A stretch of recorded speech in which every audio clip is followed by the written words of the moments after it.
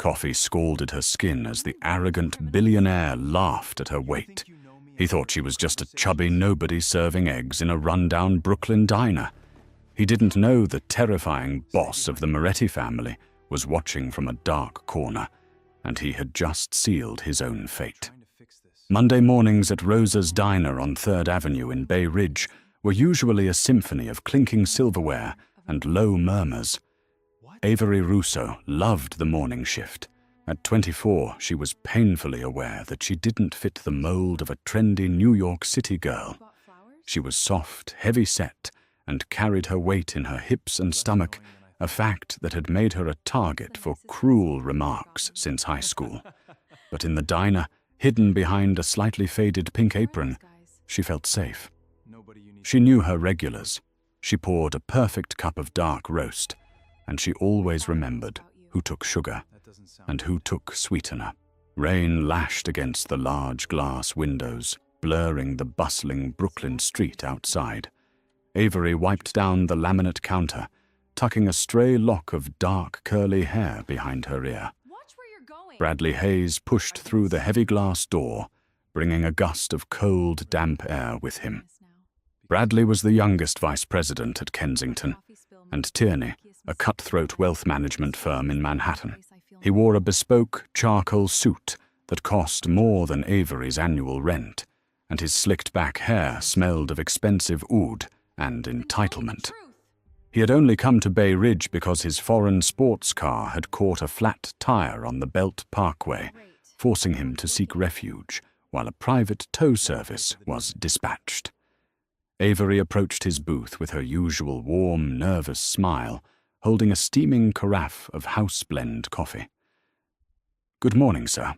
Can I get you started with a cup of coffee?" she asked, her voice gentle. Bradley didn't even look up from his ringing smartphone. He was frantically scrolling through messages, a deep scowl etched into his sharp features. "Just pour it, sweetheart, and don't drown it in cheap milk." Avery nodded carefully, lifting the heavy glass pot. She had dealt with rude customers before. It was a hazard of the service industry. But as she leaned in to fill his porcelain mug, Bradley suddenly aggressively shoved his arm out, completely oblivious to his surroundings, as he shouted into his phone. "I told you to dump the offshore accounts!" He barked into the receiver. His elbow slammed violently into Avery's wrist. The heavy carafe slipped from her grip. Scalding fresh off the burner coffee splashed directly onto Avery's forearm and completely soaked the front of her white cotton blouse. A sharp cry of pain escaped her lips. She stumbled backward, clutching her burning arm, her eyes watering instantly as the searing heat dug into her skin. Instead of apologizing, Bradley slammed his phone onto the table and stood up, looking at the tiny splatter of coffee that had narrowly missed his Italian leather shoes.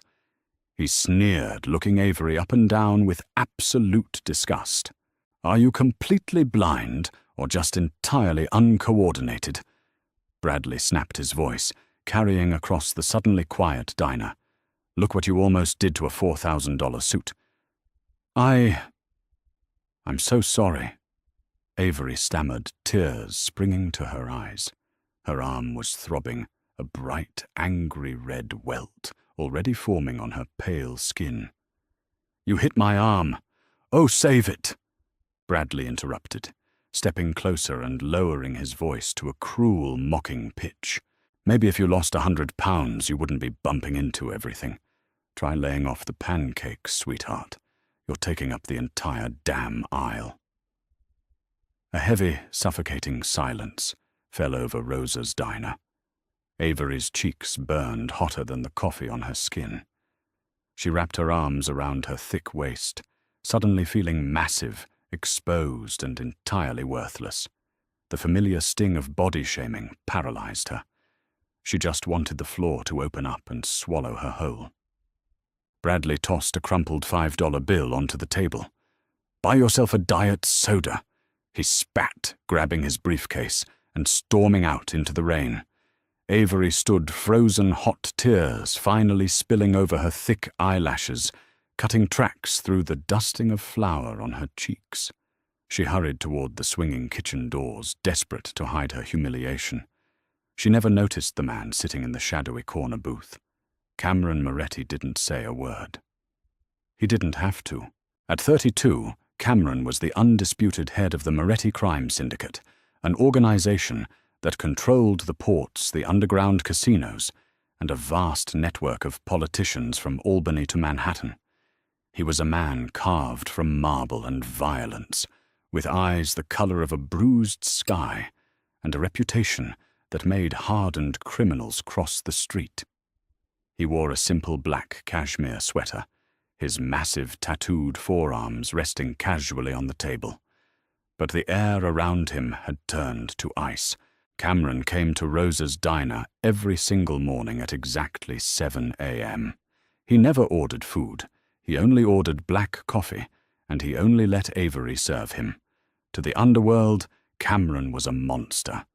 But to Avery he was just Dom, the quiet, handsome regular who tipped $100 a week and always asked about her sick mother.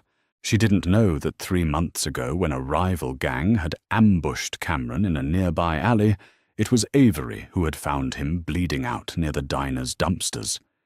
She hadn't screamed. She hadn't called the cops. She had simply dragged his heavy bleeding frame into the diner's pantry, locked the door, and spent 3 hours stitching a bullet wound in his shoulder, with trembling hands, weeping quietly, because she couldn't bear the thought of a stranger dying alone in the cold. She had saved his life. And from that night on, Cameron Moretti's black, empty heart belonged entirely to the soft, chubby waitress who thought she was invisible to the world. To Cameron, Avery's lush, heavy curves were a sanctuary. Her kindness was the only pure thing in his violently corrupt world. She was his secret obsession, his greatest weakness, and he protected her from the shadows with the ruthless efficiency of an apex predator. Slowly, Cameron stood up from his booth. He didn't look angry. In his world, anger was loud and sloppy. Cameron looked dead. He pulled out his encrypted phone and dialed a single number. "Leo!" Cameron said, his voice a low, terrifying rumble. "There's a man in a charcoal suit walking toward an Aston Martin on 86th Street. Get his plates. Get his name. Get his address." "Done, boss," his underboss replied instantly. Cameron hung up the phone. He walked past the spilled coffee, pushed open the swinging kitchen doors, and stepped into the back room to find his crying angel. Avery was leaning over the stainless steel prep sink, running freezing cold water over her blistering forearm. Her chest heaved with heavy, ragged sobs. It wasn't just the physical pain, it was the utter humiliation. Bradley's words echoed in her mind, tearing down the fragile walls of self-confidence she had spent years trying to build, taking up the entire damn aisle. She squeezed her eyes shut, wishing she could carve away her own flesh. "Move your arm," a deep, rough voice ordered softly. Avery jumped, gasping, as she spun around. Cameron stood in the narrow kitchen aisle. He seemed to take up all the space in the room, his broad shoulders practically brushing the metal shelving racks. "Dom, you can't be back here." She sniffled hurriedly, trying to wipe her wet cheeks with her dry hand. "Customers aren't allowed in the kitchen." Cameron ignored her. He stepped into her personal space, his imposing presence instantly making her feel small, something she had rarely experienced in her life. He reached out his massive, calloused hands, gently wrapping around her uninjured wrist. His touch was incredibly tender, a jarring contrast to his dangerous appearance. He pulled her arm back under the cold water. "Keep it there. The burn needs to cool," he instructed, his eyes tracing the red, angry skin on her forearm. His jaw clenched so tight the muscle ticked under his olive skin. "Does it hurt?" "It's okay," she lied, her voice shaking. "I'm clumsy. I should have been watching where I was standing." "Do not lie to me, Piccola," Cameron murmured. using the Italian pet name that always made Avery's stomach flutter. Little one. And do not take the blame for the sins of an arrogant pig. He reached into his tailored slacks and pulled out a clean, monogrammed silk handkerchief. He carefully patted her arm dry, his thumbs brushing lightly over her soft, dimpled skin. Avery held her breath. She was always intensely aware of her body terrified, that people would find her flesh repulsive. But the way Cameron looked at her, he looked at her like she was priceless art. I have some burn cream in the first aid kit, she whispered, her heart hammering against her ribs. I'll get it, Cameron said. He retrieved the white box from the wall, opened it, and gently applied the cooling ointment to her burn. You're going home, Penny. Your shift is over. I can't afford to lose the hours, Dom. My mum's physical therapy bills are paid for, Cameron interrupted smoothly. Avery blinked up at him, confused. What? I said I will speak to Rosa.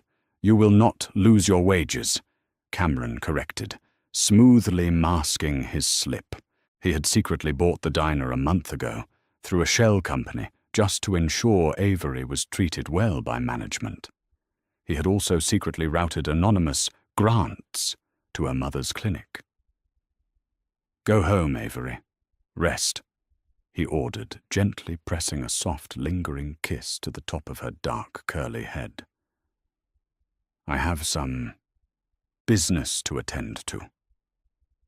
20 miles away in Manhattan, Bradley Hayes was in a terrible mood. His suit was ruined, his car was in the shop, and his offshore accounts were bleeding. But his biggest problem wasn't the stock market. It was his gambling addiction. Bradley paced the floor of his luxury penthouse in Tribeca, pouring himself a generous glass of scotch. He owed $400,000 to an underground sports book operating out of Queens. He had been dodging their calls for 3 weeks, confident that his status as a Wall Street VP would protect him from low-level bookies. His cell phone buzzed. It was an unknown number.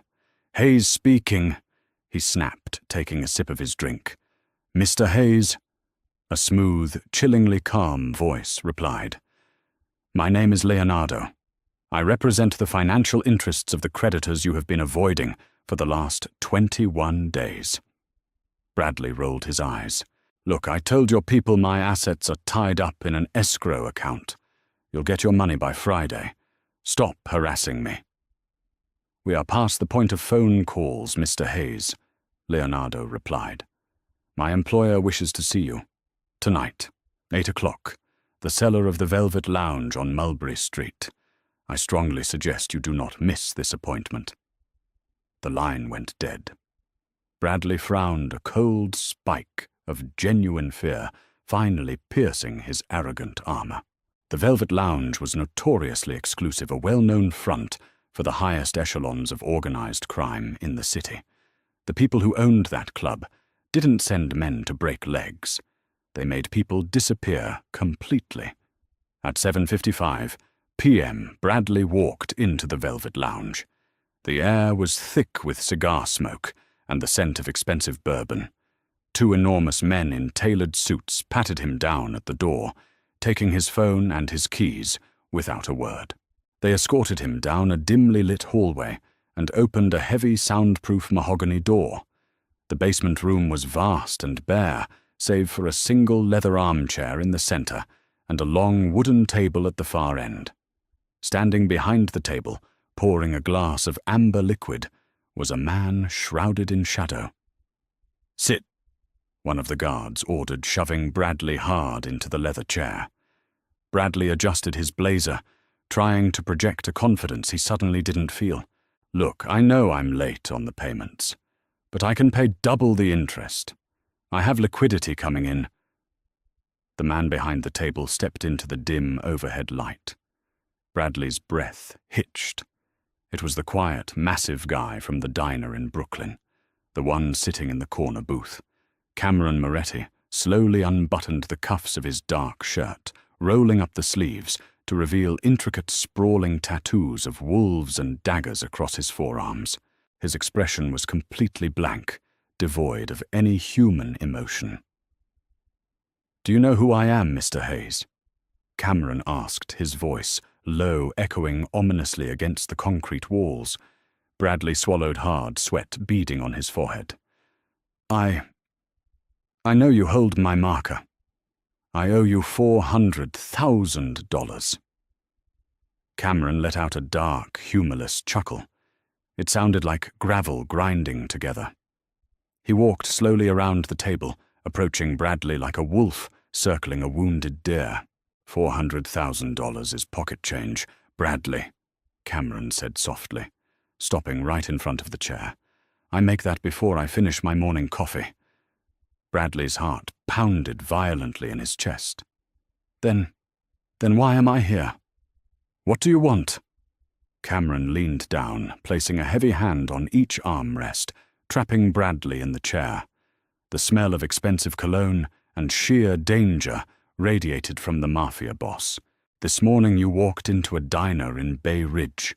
Cameron whispered, his eyes narrowing into cold, lethal slits. You raised your voice, you threw your weight around, and then you spilled boiling liquid on the skin of the only woman I have ever loved. Bradley's blood ran ice cold. His mind raced, flashing back to the chubby waitress he had berated just 12 hours earlier, the soft, heavy-set girl in the pink apron. The waitress. Bradley stammered, true panic setting in. You're doing this over a fat diner girl.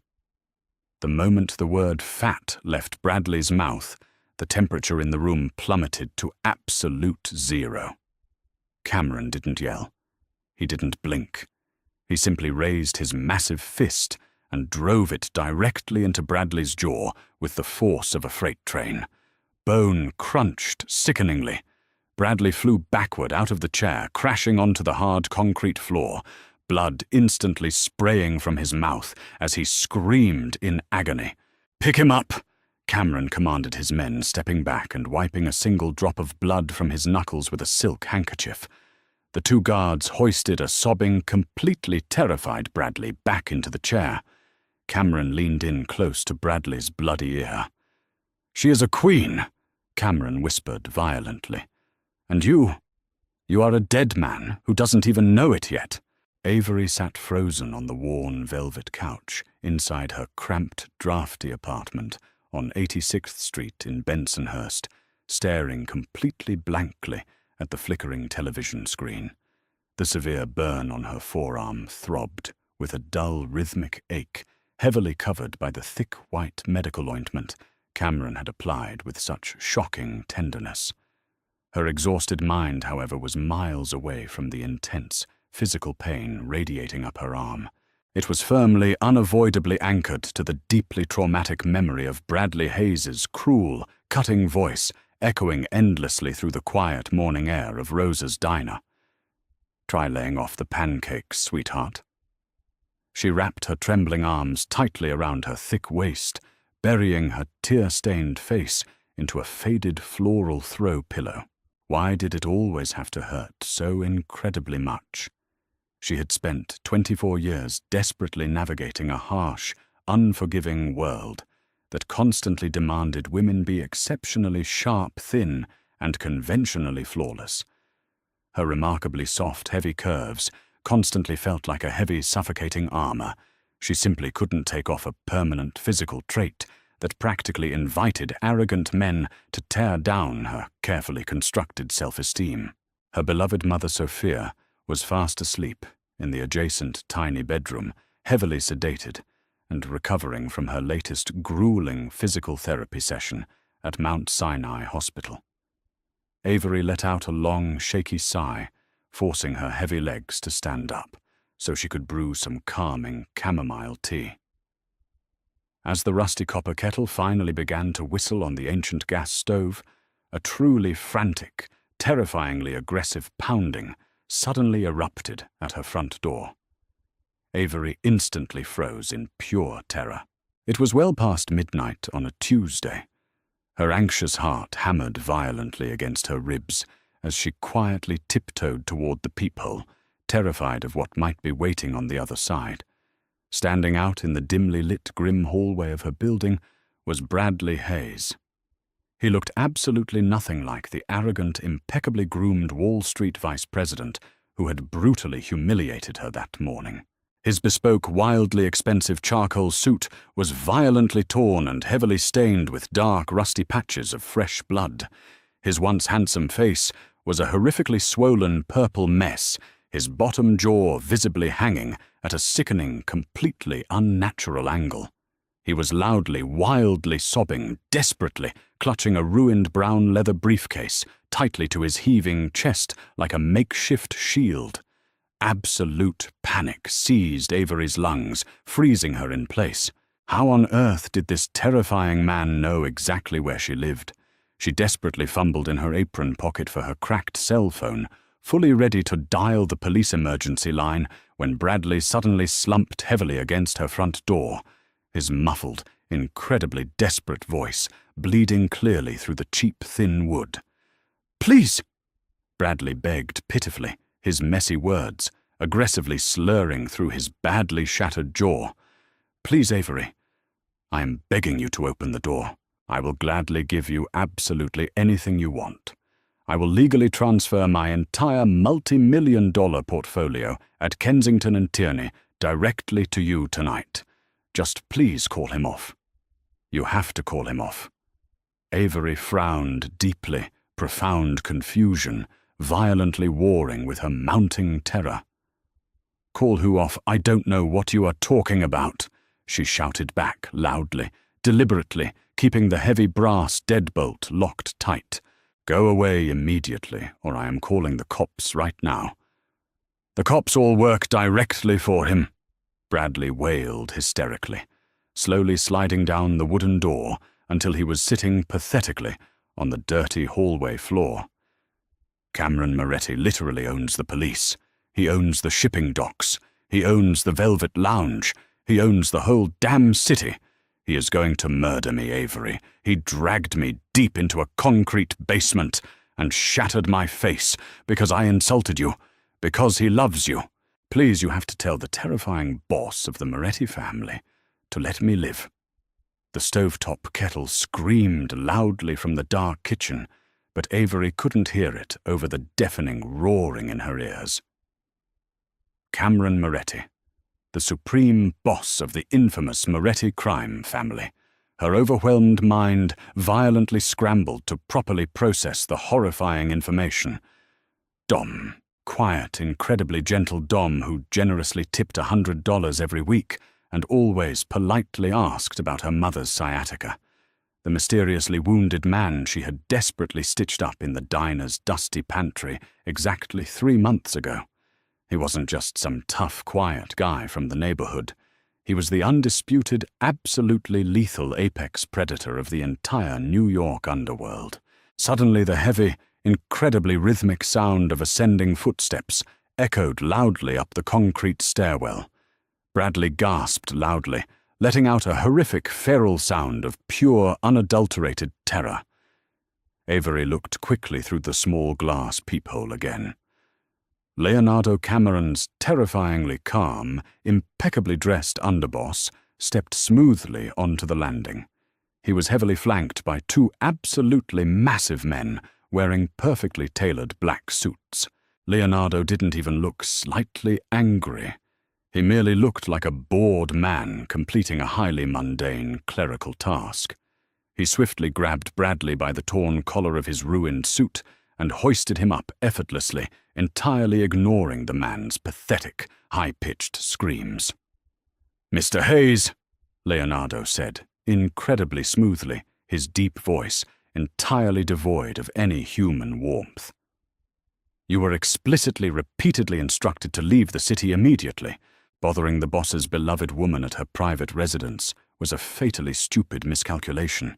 No, I just wanted to personally apologize to her," Bradley screamed wildly, fighting desperately as the 2 large, silent men expertly restrained his thrashing arms. Before Avery could even begin to logically process what was actually happening outside her apartment, another remarkably imposing figure slowly emerged from the dark shadows of the stairwell. Cameron. He was dressed flawlessly, in a perfectly tailored pitch-black suit, his expensive silk tie slightly loosened, radiating a genuinely overwhelming aura of absolute terrifying authority. He didn't even bother to look down at Bradley. His piercing, deeply stormy eyes were locked directly onto Avery's door peephole, acting as if he could see right through the solid wood and peer directly into her terrified, trembling soul. "Get him out of her building immediately," Cameron commanded, incredibly softly. The absolute chilling lack of emotion in his deep voice was infinitely scarier than a furious scream. Ensure he literally never sets foot inside the state of New York ever again. Liquidate his remaining offshore bank accounts entirely, and wire the remaining funds anonymously to the pediatric ward at Mount Sinai. "Consider it done, boss." Leonardo nodded respectfully. They ruthlessly dragged a loudly sobbing, desperately pleading Bradley away, his pathetic cries echoing and slowly fading down the long concrete stairwell until the dark hallway was completely, entirely silent. Cameron firmly remained standing directly in front of Avery's locked door. He slowly, gently placed his exceptionally large, heavily calloused hand entirely flat against the cheap wood. "Penny," Cameron murmured quietly, his deep voice incredibly rich, noticeably rough, and dripping heavily with an entirely different kind of shocking vulnerability. "Open the door, Piccola. Please. Let me explain everything to you." Trembling completely uncontrollably, Avery slowly reached up her shaking hand and carefully turned the heavy brass deadbolt. The door clicked open loudly. Avery immediately stepped back instinctively, wrapping her soft arms highly protectively around her heavily plush stomach. Cameron slowly stepped cautiously inside, instantly filling the tiny, deeply cramped apartment with the intoxicating masculine scent of expensive sandalwood, rich Cuban cigar smoke, and sheer, unfiltered danger. He quietly closed the wooden door behind him and firmly locked it deliberately, locking out the highly brutal, violent world he completely ruled. When he slowly turned around to look at her trembling frame, the cold, utterly dead eyes of the terrifying Mafia boss were completely gone. In their absolute place stood a deeply vulnerable man. He was entirely consumed by total unyielding devotion. "You are a monster," Avery whispered, shakily, her sweet voice violently cracking under the immense pressure. Hot, salty tears streamed rapidly down her perfectly round, heavily flushed cheeks. "You are the real Cameron Moretti. The Evening News repeatedly says you completely run the illegal shipping ports. They loudly claim you ruthlessly had the rival Gambino brothers violently killed right outside Peter Luger Steakhouse." "I absolutely am," Cameron confessed softly, without a single solitary ounce of hesitation or regret. He deliberately did not step any closer, highly respecting her obvious fear completely. "I am absolutely everything the horrible rumors boldly say I am, Penny. I am a deeply ruthless man, operating constantly in a highly ruthless, unforgiving world. But I am fundamentally not a terrifying monster to you. I will absolutely never ever be a monster to you. Why?" She sobbed loudly, frantically, gesturing wildly to her heavy, remarkably soft physical frame. "Look closely at me, Dom. I am literally just a very chubby, highly forgettable waitress, constantly working grueling shifts for terrible minimum wage. I am completely invisible. Arrogant men like Bradley Hayes openly look at me and only see jokes. Why would a supremely powerful man who literally rules the entire city ever care deeply about someone exactly like me?" Cameron's sharp, masculine jaw clenched noticeably tight. In 3 incredibly long, highly determined strides, he swiftly closed the entire physical distance between them. He importantly did not grab her aggressively or forcefully. Instead, he shockingly dropped heavily to his knees, right there on the deeply faded, ugly linoleum floor of her tiny kitchen. He gently wrapped his massive, beautifully tattooed arms securely around her thick, plush waist, carefully burying his handsome face completely against her incredibly soft stomach. Avery gasped. Her small, shaking hands instinctively flew down to grip his thick, dark hair. The absolute most dangerous, deeply feared man on the entire eastern seaboard was willingly kneeling right at her feet like a completely devout, obsessed worshipper. Ignorant men exactly like Bradley Hayes are totally blind, pathetic fools, Cameron rasped deeply, his incredibly rough voice shaking slightly with overwhelming emotion. He slowly looked up at her beautiful face, his dark eyes shining brightly, with fierce, unapologetically raw reverence. "You are definitely not invisible, Avery. You are the literal bright sun. The horrific night I desperately dragged myself there bleeding. You miraculously saved my worthless life. You remain the only truly pure, remarkably beautiful thing in my entire corrupted existence. I fiercely love your amazing softness. I deeply love your incredible kindness. I completely love absolutely every single inch of this stunningly gorgeous body that you constantly try to hide, sadly behind those terrible pink aprons. You are my beautiful queen. And tonight, I happily, ruthlessly burned Bradley Hayes's entire pathetic world completely to the ground, simply because he dared to make you cry." Avery stared at him, her chest heaving rapidly. She finally felt entirely and totally, profoundly secure. "There is actually something else you must urgently know," Cameron murmured gently, carefully pressing a highly tender, lingering kiss firmly onto her forehead. "Your sweet mother's massive medical debt, the truly suffocating loans you are painfully paying off. Sophia tragically borrowed heavily from ruthless Mafia loan sharks 2 years ago. You absolutely do not ever need to worry about them anymore. Exactly 3 months ago, right after you expertly stitched my bleeding shoulder, I secretly bought her entire crippling debt. I completely wiped it clean forever. I also fully bought the local diner completely for you to permanently legally own." Avery's weak knees buckled instantly. Cameron smoothly pulled her exceptionally lush, heavily soft curves completely flush against his totally hard, muscular chest. He swiftly closed the tiny remaining distance, firmly pressing his demanding lips deeply against hers, in a highly searing, remarkably possessive kiss. It was an unbreakable permanent promise, forever sealed in total unyielding romantic devotion. Exactly 1 incredibly eventful year later, the highly secretive underground criminal landscape of New York City had completely fundamentally shifted. Cameron deeply ruled the massive syndicate empire alongside his remarkably beautiful, gorgeously chubby new Mafia queen, ruling everything powerfully, side by absolute side. What an absolutely wild twist of fate for Avery and Cameron. True love really does conquer all, even the darkest corners of the New York underworld. If you loved this intense Mafia romance story and want to hear more thrilling tales of unexpected love, revenge, and drama, please hit that like button right now. Don't forget to share this video with your fellow romance readers and subscribe to our channel for more amazing daily stories. See you next time. Goodbye.